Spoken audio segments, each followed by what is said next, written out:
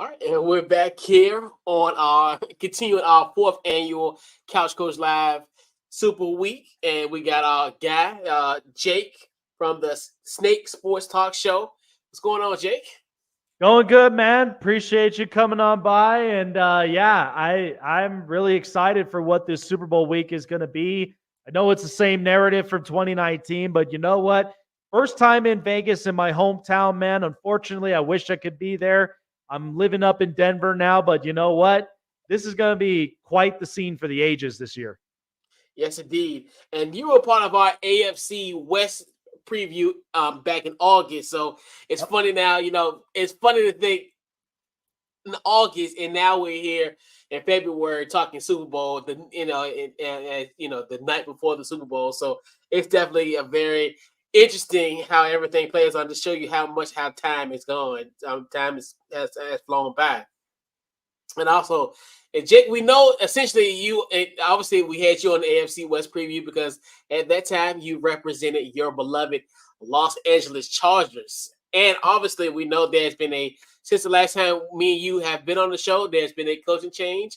There's a guy in khakis by the name of Jim Harbaugh, and now is your head coach. And I want to get your thoughts on that. Also, your thoughts of him hiring Greg Roman as your offensive coordinator.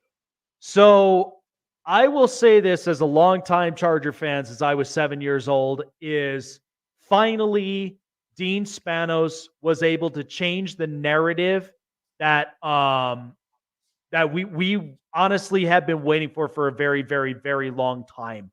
And they finally did it. They finally got a head coach that they're willing to pay more than $15 million a year. In fact, the whole deal is now with Jim Harbaugh, just to kind of go into some numbers, is that it's a 5-year contract deal that's worth $16 million per year.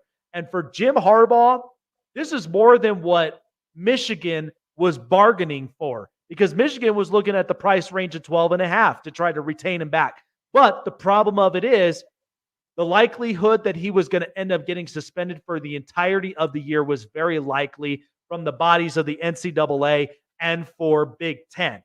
So Jim Harbaugh really weighed this out.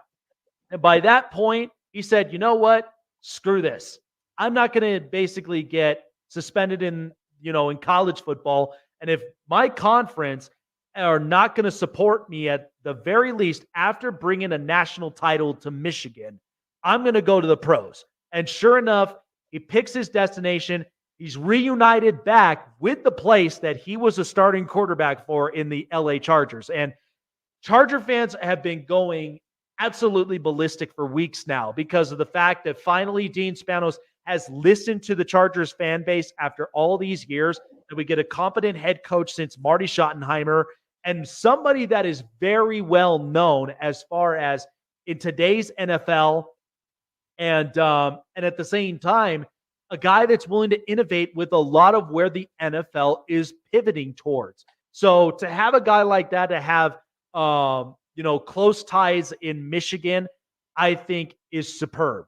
I think this is one that is really, really one of the best hires that the Chargers can do. Now, we're not trying to keep too deep in the hype because of the fact of it's been years since Jim Harbaugh has been away from the NFL. A lot has changed since then, since his last time he coached in San Francisco with the 49ers, now in the Super Bowl.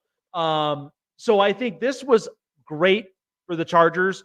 And at the same time, Justin Herbert is finally getting a competent head coach who knows exactly how to work the play system, knows how to work the offense as a quarterback whisperer, to building a potential MVP caliber in Justin Herbert, hopefully by next year.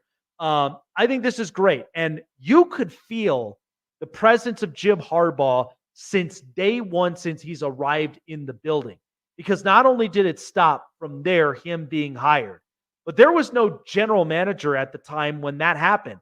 So he went out and he went and got his brother's assistant GM, who was next to everybody in Baltimore, in Jim Ortiz. And I think this guy is very much dog mentality as a general manager who wants to get guys that are willing to play hard, the guys that are very passionate, and guys that could be game managers and game changers in this organization. because you got to change this culture. And that's what Jim Harbaugh is set to do. So having Jim Ortiz there, the nice thing is Ryan Ficken, who was the special teams coach there in the Chargers, his job is retained. So he's not going anywhere. And he was really spectacular on the special teams in the times that he served there as the special teams coach. They did bring over Jesse Minter, his defensive coordinator in Michigan, who, by the way, had the number one scoring defense, the number one overall defense in college football with Michigan. Now, again, translating from college to the NFL can be challenging, but never say it can't happen. I think Jesse Minter definitely brings the mentality that Jim Harbaugh loves to have. And he also brings over his son to work along with the special teams with Ryan Ficken and Jay Harbaugh. So he gets a chance to be able to be a part of this coaching staff. Now, the other hires, you talk about, Marcus Brady, the passing coordinator from Philadelphia now, who's coming into a Chargers system that is making it successful for them. And they've also retained one of their passing or their quarterback coaches as well, Shane Day. They retained him because he was part of the reason outside of Pep Hamilton, who went out to Houston, that helped in the growth of Justin Herbert. Herbert is happy enough that he gets his quarterback coach retained and helps with the growth and the build that Jim Harbaugh is bringing. Now, this also comes into Greg Roman as an offensive coordinator. I know a lot of people in the narrative basically have said, Greg Roman, he's all about big on the run. But the problem of it is with the Chargers, they were so heavily Justin Herbert reliant on the pass that you can't trust Austin Eckler to basically run the football 60% of the time. And so we know that Eckler, for as long as he's basically been there in the Chargers organization, he's a pass-catching running back. He's not somebody that's going to basically go head-to-head almost like a Derrick Henry, or I would say a Jahmyr Gibbs, or a David Montgomery. Some of these guys that are willing to run, that are willing to put pressure on opposing defenses. So the mentality with Greg Roman is he is a run-hard first guy and then be lethal on the pass. So what all this means is, in translation, is Jim Harbaugh knows what kind of special talent Justin Herbert has. So to make that work, you bring in Greg Roman, who's going to make it stronger for the run game in order for Justin Herbert to not have to feel overly reliant from the franchise for him to throw the ball majority of the time. They're going to throw it smart. They're going to throw it aggressively, especially when it comes to deep ball passes. And I think this is going to really, really work for this offense. And this is kind of the pivot I've been talking about for the last several years since the Chargers have been trying with coordinator after coordinator after coordinator. Enough is enough with this narrative now. These coordinators have not worked. Since the time Norv Turner had been there to Mike McCoy, Anthony Lynn, and Brandon Staley, it's failed. You need a competent coach, and you need a coach who knows how to work with what he's got. So I think this Greg Roman signing, I think honestly, this is about as good of a candidate that you could have as an offensive coordinator. I felt like another kind of honorable mention probably would have been Eric Bieniemy. I never have been mad if Bieniemy came across, this Chargers offensive coordinator. But of course, as we've heard from the Super Bowl and I've heard in news, he's still close ties with Kansas City. He's not going to leave, away from that organization. But I think Greg Roman is probably the best candidate you could have. But you could feel the change. You can see the change behind your eyes. This team is not playing around. They want to change this culture. They want to stop the end of chargering forever and for good. And this is exactly how Jim Harbaugh is going to do it. Yeah, absolutely. And like you said, I think, as far as all the coaching vacancies in this coaching cycle, I think you guys hit the home run out of all of the vacancies of this year. So, talk about obviously we got Super Bowl 58, like we talked about it a little earlier, a rematch of Super Bowl 54 4 years ago. is going against your arch nemesis, the Kansas City Chiefs, versus San Francisco 49ers. So, what's your just overall thoughts on the game on Super Bowl 58? I've always said this. Anytime that I see Kansas City representing in the Super Bowl, we couldn't get anybody better in this Super Bowl matchup, unfortunately. I mean, Josh Allen had a chance to finally do it. He failed to do so. Lamar Jackson had an opportunity to rewrite the narrative, and they stopped running the ball until it was little too late. So, I mean, look, I may feel bitter of the fact that, Kansas City's representing it in again, but there is no other team that feels worse of having two of their teams that they completely hate, it definitely feels worse for them as Raider fans. I mean, they absolutely hate this, with the fact that the Bay Area and their division rival is in their stadium is just, it's god awful.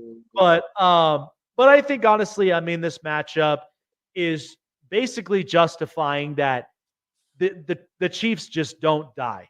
The Chiefs apparently, even with the receiving core that they have, whether they catch or they drop, these guys, they're situationally good. And I think part of that reason is it's Andy Reid and it's Patrick Mahomes. And at the same time, your reliable target, Travis Kelce, which we can't stop hearing enough of on our mainstream media television, along with all that. So I think this Super Bowl matchup, the narrative on this is that it is a rematch of 2019, but the difference was Kyle Shanahan and the 49ers, they didn't have Trent Williams. They did not have Christian McCaffrey the last time they faced. I think part of this, and they didn't even have Brandon Ayuk. So the last team that year, it was just Debo was young, Kittle was young, and, they had a red hot running back in Raheem Mostert at the time. And so, but with Jimmy Garoppolo, it was a one possession game. And the second that he threw the interception, that was ball game. And I think in this game with, Brock Purdy, his narrative is he wants to be the Mr. Irrelevant who got the team to a Super Bowl and win it. And I think that would speak an awful lot of volumes.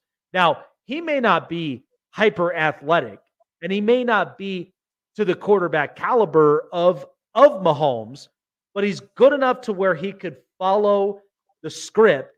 And at the same time, Kyle Shanahan trusts him enough that he's not going to make a mistake. And I think part of that reason, you watch him in tapes at Iowa State, and he's a gamer. He's a competitor. So, and then at the same time, Christian McCaffrey is doing something that his dad did years ago, even winning a Super Bowl in Denver and winning it in San Francisco in 94. But the fact that McCaffrey going to win a Super Bowl like his dad did, but also be probably one of the most high caliber running backs that our generation has seen, it would mean a lot. And it would be an absolute handful for the Kansas City's run defense. So I think this is mostly a repeat, but I think there's plot twists and turns that we've seen from when the last time that we came across this matchup. Because last time, Tyreek Hill was on this roster. Now he's no longer there. There's not a top receiver in Kansas City, but that doesn't seem to matter because as long as you have Kelce and as long as you have guys that are willing to execute plays, it's all on Patrick Mahomes. That's what it is. But Patrick Mahomes has the best defense that he's had in his playing career. Now, for San Francisco, upgraded on a bunch of pieces, Ayuk, McCaffrey, Trent Williams, but the defense is a little bit questionable, but they could still handle on their own terms. So I think this is just a different script than what we got the last time around. Yeah, absolutely. Like you said, it's like you said, like the biggest comment, the difference is like you said, Christian McCaffrey. That's why they made that move, in 2022 to get to this point. I mean, so yeah, absolutely.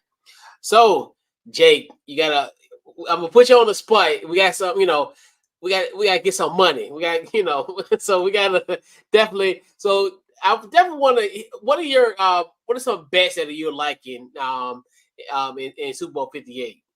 So right now, as it stands between both the Niners and the Chiefs, is the bet line right now is sitting at 2.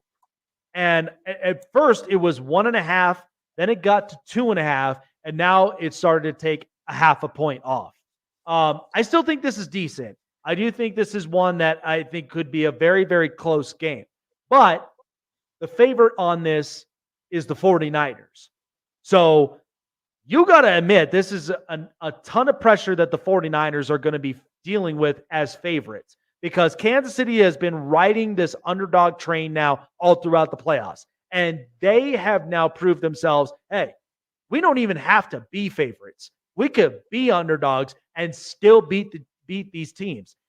I'm kind of scared because of the fact that you just can't bet against Mahomes. You can't bet against Andy Reid. And it's kind of ridiculous. And as much as it sucks for me to say this, but at the same time, that's just kind of the truth and the reality. But San Francisco has to be able to execute. Now, the over-under on this one, what I really like is the 47.5. Do I think it's going to end up going that route? I don't think so. I think the part of this is because it's going to be a gridiron matchup all the way through and through all 4 quarters. Kansas City's defense is tough. And at the same time, San Francisco, they play a lot of situational defense. And I think Steve Wilkes, the defensive coordinator, kind of understands the talent he's coming across with Patrick Mahomes. So that means he's going to have to play his secondaries. And at the same time, he's going to have to rely on that defensive front to start getting sacks and maybe start getting some stops on the run game. So I think, honestly, the 47.5 is something that I do like. A couple of bets that I do like is right now as it stands, the money line, it's minus 110 for both the first and the second half highest scoring. But the one that I like, which is kind of interesting, is I like the winning margin as of right now, which is basically provided by BetUS, is 49ers to win 7 to 12 points, which is a plus 425. The only reason of that is because you're going to want to be reliant on Christian McCaffrey to have the ball in his hands. That is the way you're going to have to beat Kansas City, because you're going to have to bulldoze through that defensive front that they have that has not been very solid. Outside of Chris Jones, there's not really a whole lot that I could trust on that defensive front. Again, we hoped that Baltimore was going to penetrate through this. They ran the ball one time with Gus Edwards and then didn't run again. It was strange. And I'm like, why would you fear away from something that you have been so lethal on all season long? So that narrative to me for Baltimore never made sense. But I think with San Francisco, you're using every single component possible for you to win this game. So I think, that plus 425 with the Niners to win by 7 to 12 points kind of seems a little bit reasonable to me. But if people want to be up on the safe side, I mean, the 1 to 6 points, it could be a field goal margin. 165 or 265 right now is where it's at. But I like the over-under. I would personally go the under of 47.5 because of how gridiron this game is going to be. And it's going to be a lot relying on the ground. But then eventually you're going to mix in some passes here and there. But that's kind of my personal opinion. It's so hard to really kind of choose a side with the bet line sitting at 2 because you just can't bet against Mahomes and the Chiefs. And so I think personally I'd be really sticking to over-under, and I would be sticking to who I believe would win by the margins of either 1 to 6 points or 7 to 12. Yep, absolutely. And also, obviously, is there any particular parlays that you kind of hedge your bets on, or kind of just your overall thoughts on some parlays that you like? So there's a couple of parlays I've kind of looked at, and I mean, there's probably a couple of prop bets I'm sure we'll get to later on, but the parlays that I really do like is you want to add in an over under, obviously going with the under of the 47.5 as one of those. Now, I usually, when it comes to this, is either, the playoffs, I tried this where I did a 14 parlay. Usually my max is usually a 5-team parlay because of obviously the risk bet and at the same time, the big payout that comes out afterward.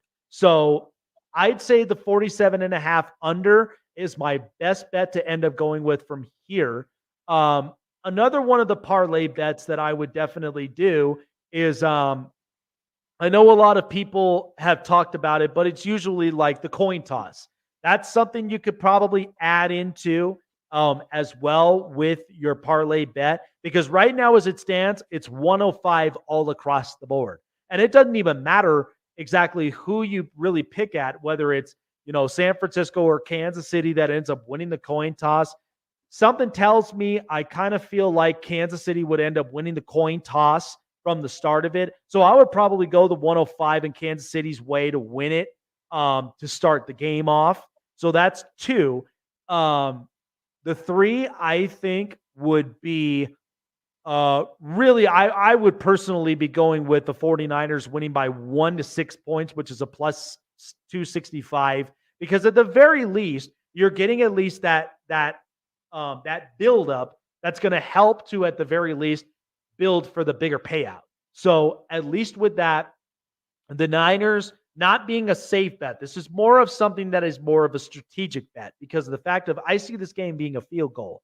So I think the Niners, if they play their cards right, they run the football efficiently, and, Brock Purdy, is mistake-free and he makes the accurate passes that he's supposed to, I think that is a very, very profitable bet from there.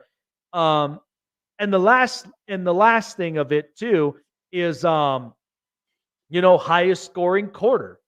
I think personally, part of that bet right now, and as it stands, the first quarter is at plus 650, which is pretty high. And usually that's a normal. You don't really see a whole lot of high scoring offenses in the first quarter that often in a Super Bowl. Usually it's an awful lot of back and forth, 3 and outs, punts, and then maybe someone scores, but it's not as high.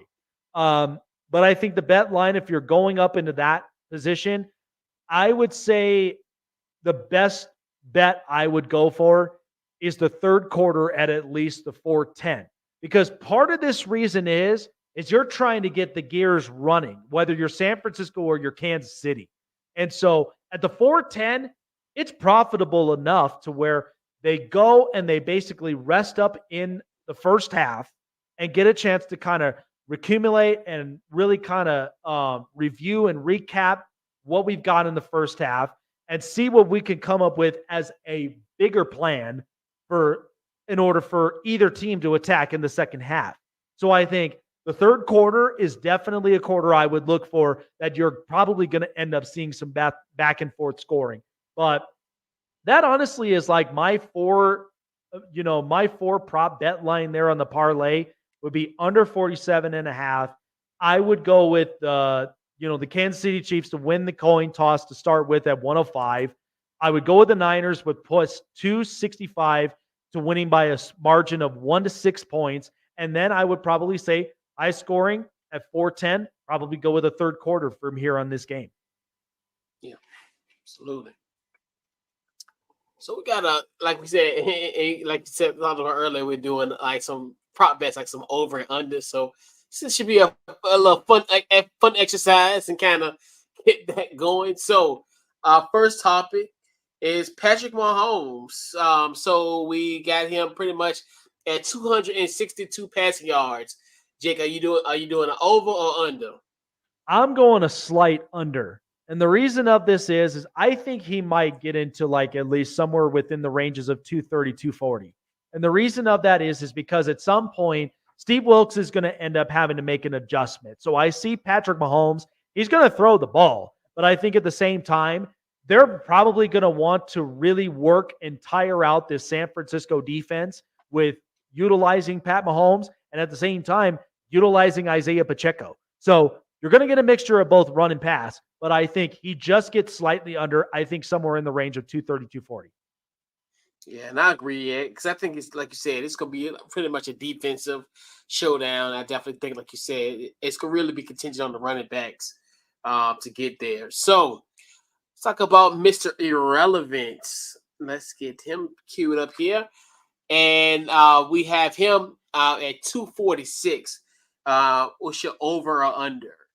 So he's another one that I'm going to end up having to go on the under on this one. And the reason why for this is because if you watch the blueprint and the schematics of San Francisco, they don't pass the ball an awful lot. So I think Brock Purdy, he'll probably be at least in the range of 200 to 215.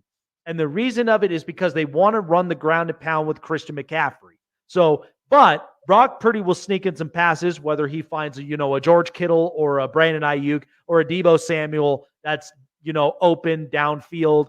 He may end up doing that here from time to time, but I could also see this as well being under more of like a 215 passing yards as well, because they're not very heavy reliant for Brock Purdy to really throw the ball very often. They're just more of, they just run by Kyle Shanahan's his consistency of how they distribute the ball. Yeah, absolutely. And I'm also, like you said, under as well. Like I said, I think this is not going to be one of those games where the quarterback play is going to be like, as far as these guys going to go get this amount of pass yards. Yep. So we got Travis Kelce at 6.5 touches, aka receptions. Over or under? I'm definitely going the over, because here's the thing. We've been watching the playoffs all throughout, to the point where we got to the Super Bowl. And how many times have we watched Travis Kelce, and how many times have we watched clips of Taylor Swift every time that she's up there in the stands? And Kelce has more than 6.5 touches. I'm going on the over. I think he's somebody that's going to probably get at least 8 to 9 catches, because part of this is a little bit of mainstream, because want the football in his hands just so they could see, Taylor Swift. But I think the part of this reason is that Patrick Mahomes trusts and relies on Travis Kelce. So there's going to be parts of it where middle of the field, it gets open. You're going to expect Travis Kelce to get open 9 out of 10 times. Yeah, I agree. Over, because you even looking in the AFC Championship game, he had 11 targets, 11 receptions.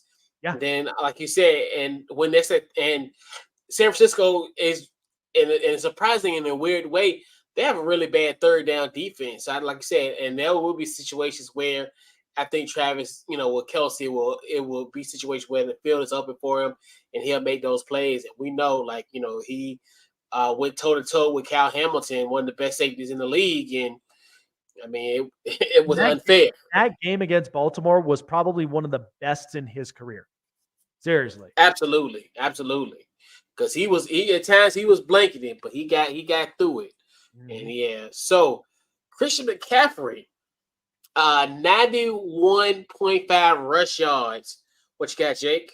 I see him going on the over on this one. I think he's probably going to end up breaking the 100 yards rush mark, because ultimately San Francisco's plan is they've got to be able to run the football with Christian McCaffrey.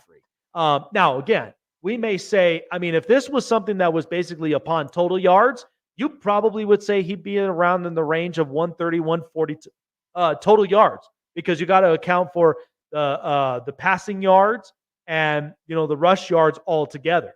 So I think ultimately, he might actually break this 100-yard threshold, and I'd say he probably would run for like about 115 yards, because they're going to want to rely on him to just break through on this Kansas City defensive front line and really test this a little bit more. Yeah, big time. I think I'm leaning towards I would say under. I think, like you said, he's on that mark where he get in that range. I say maybe about 75, 80 potentially. But like you said, like we saying, like as far as when it comes to this, it's gonna he will have the opportunity. I definitely think it won't be like the Cal Shanahan when he was the OC at Atlanta, and also his first go around in 2019 season, where they're gonna deviate from the run game. So, like you said, it will be a potential for him to get right at that 100 mark. Because he's that game breaker Yep. for sure. Yep. 100%. Isaiah Pacheco, Oh, 67 rush yards. oh, I'm going over on this one. The reason of this is because if you watch San Francisco's rush defense, that rush defense was not as great. And I think part of that is because they kind of do rely on their pass rush to really go in for the blitz. But there's parts of it where I think that the rush defense kind of gets penetrated at times and they're not able to stop, a heavy run, especially somebody like Isaiah Pacheco, who is expecting to get hit. So I think for me, he may be in the range of at least 90 rush yards, in my opinion, but he's going to be somebody with quick feet and the build that he has that is going to want to really test an awful lot of this San Francisco front line. Yeah, absolutely. And I think over as well. Like we talked about, and I've talked about this all week. Essentially, um, Isaiah Pacheco and also Brock Purdy, 7-round picks. Who to think that these guys in their second year of their career as 7-round picks are going to have a tremendous impact on this game. And like you said, I think Pacheco, once again, I think it's going to be over as well. Because I think, like we talked about, this is going to be a physical game, in the trenches type of matchup. And like you said, and the running back is definitely key. This is going to be kind of one of those years where, in the beginning of the year, the running back's value was so devalued to a point. So it's going to be kind of one of the things where we're really going to kind of see how important the running backs are. So this is it's going to be kind of one of those type of games where you'll really understand the power of having a good run game. Yep. So last over and under, Debo, 16.5 rush yards. Had to throw a little wrench in there. What you got over or under?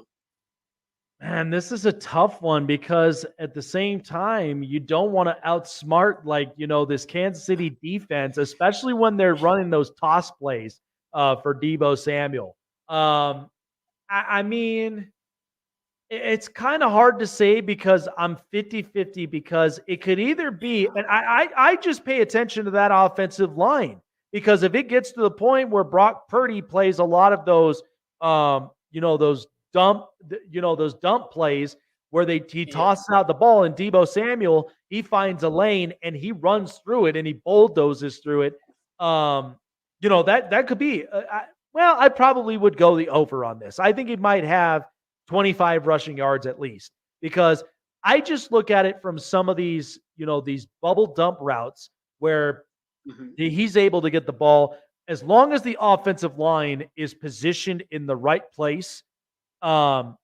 It's very possible that Debo Samuel could very much break that 16.5 threshold. I think he might end up getting 25 because at the very least, you're trying to mix things up to where Kansas City, they're kind of caught off guard on defense.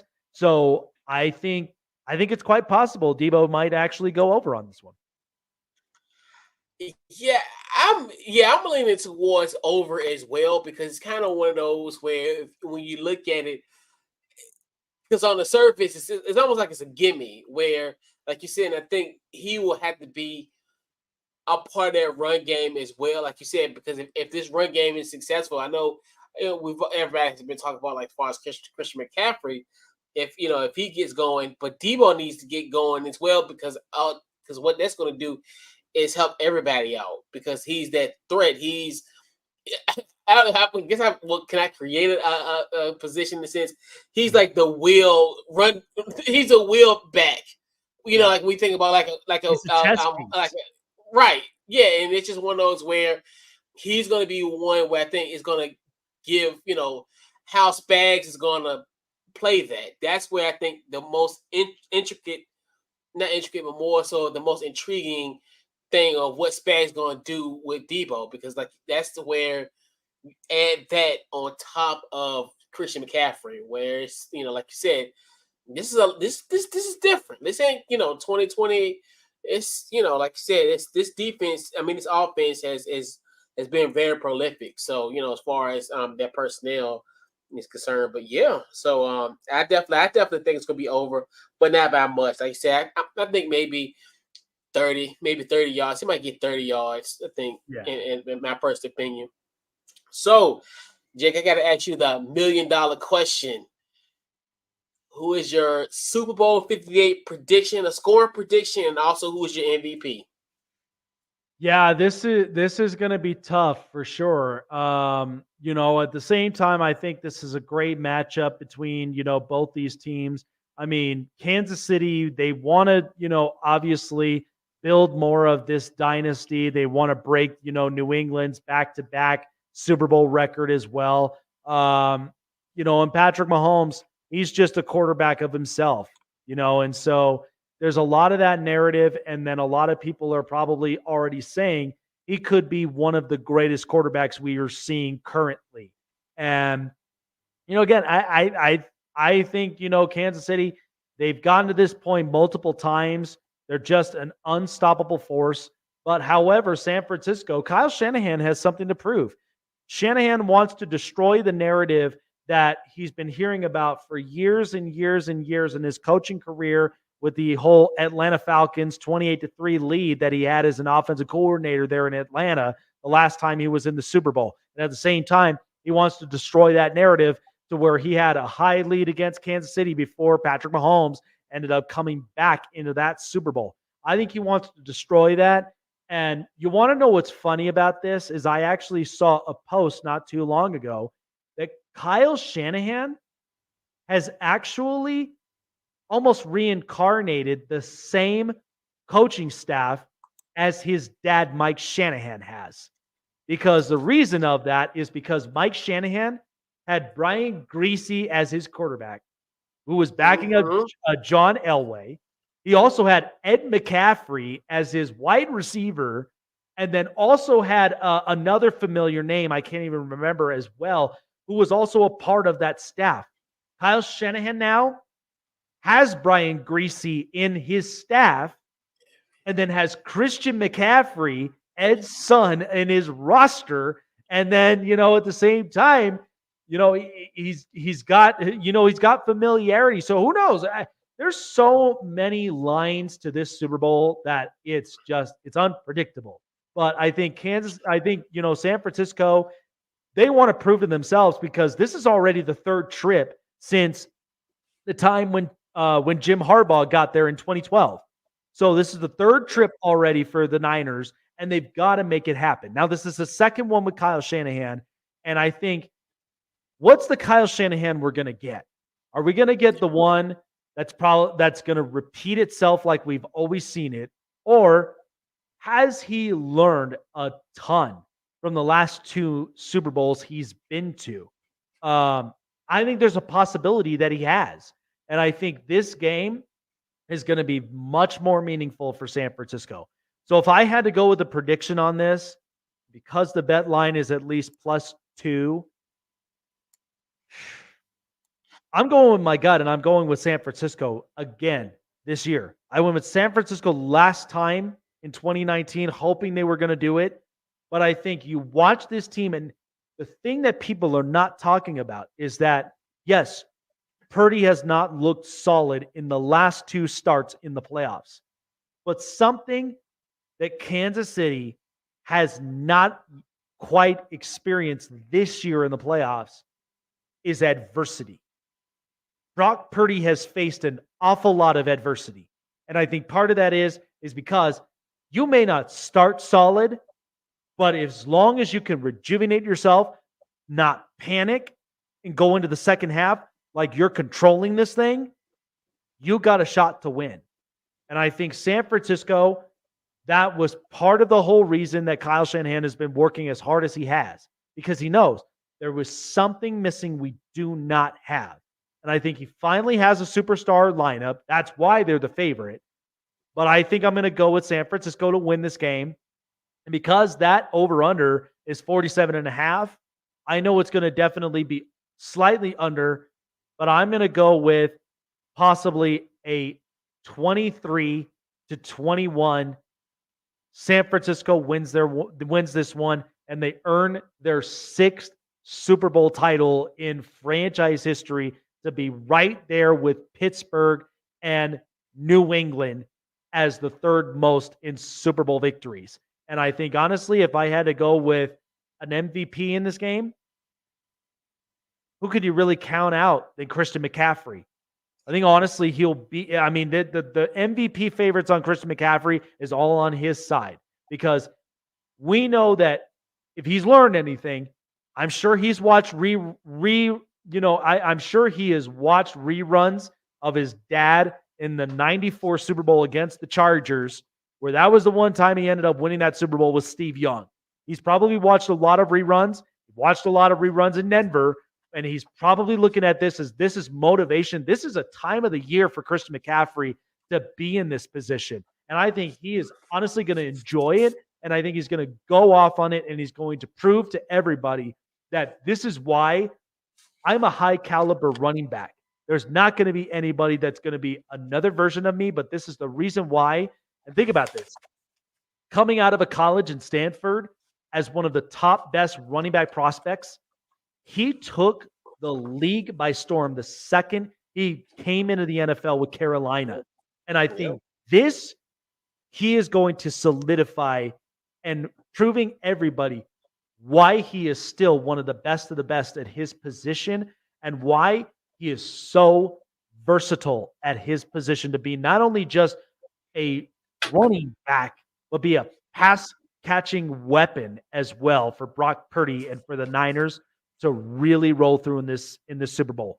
23-21, that's my final score prediction, with Christian McCaffrey holding up that MVP and that Lombardi trophy. Absolutely. And great minds think alike, because I had 21-17 CMC as the MVP as well. So absolutely. So we'll put a bow on our over and under show here. Jake, tell them where they can find you on social media and plug any upcoming projects and what you got going on. All righty, guys. Well, as usual, like Couch Coach always remembers, as well, as you guys love sports and you guys love entertainment and you love a clash of both with some of the best all-star interviews that you have here on the show. The Snake Sports Talk Show is the right place for you when you want unbiased and balanced opinions of everything that's going on in the sports world. I give out the best takes, the best interviews, and at the same time, entertainment for everybody to enjoy. The Snake Sports Talk Show, that's where you can find me on all social medias and wherever you get your podcasts from as well. Sponsored by BetUS. When you sign up today, link in the description, you'll get 200% bonus when you deposit $50 or more, and also 30 risk-free bets when you join on at betus.com, and also by SeatGeek. So when you sign up today and also go online or download it on your mobile device through Google Play and the App Store, use promo code Snake Sports for $20 off of your first purchase of your first ticket to enjoy your next event.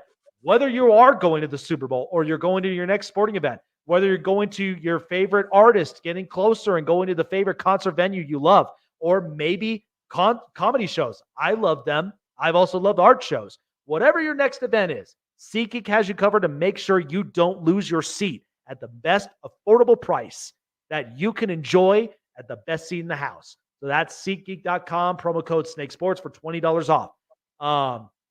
Other news as well. You're going to get geared up and you're going to love this, because I've got something brewing up, and with my good friend with Derek at Lions Syndicate coming soon. Charger fans worldwide, you are going to witness a new Chargers page, and that is Charger Syndicate is going to be starting with yours truly with everything LA Chargers news. So I will be hosting that as well, with all the breaking news, highlights, breakdowns, film, all of that, all in one place. And that is where you will find Charger Syndicate. So stay tuned for that. And also all of your favorite entertainments, favorite shows as well in one place. And the all-star lineup we have is through Sports Wave Network. Come join us, enjoy the show, and not only that, but also ride the wave with us at Sports Wave Network. Absolutely.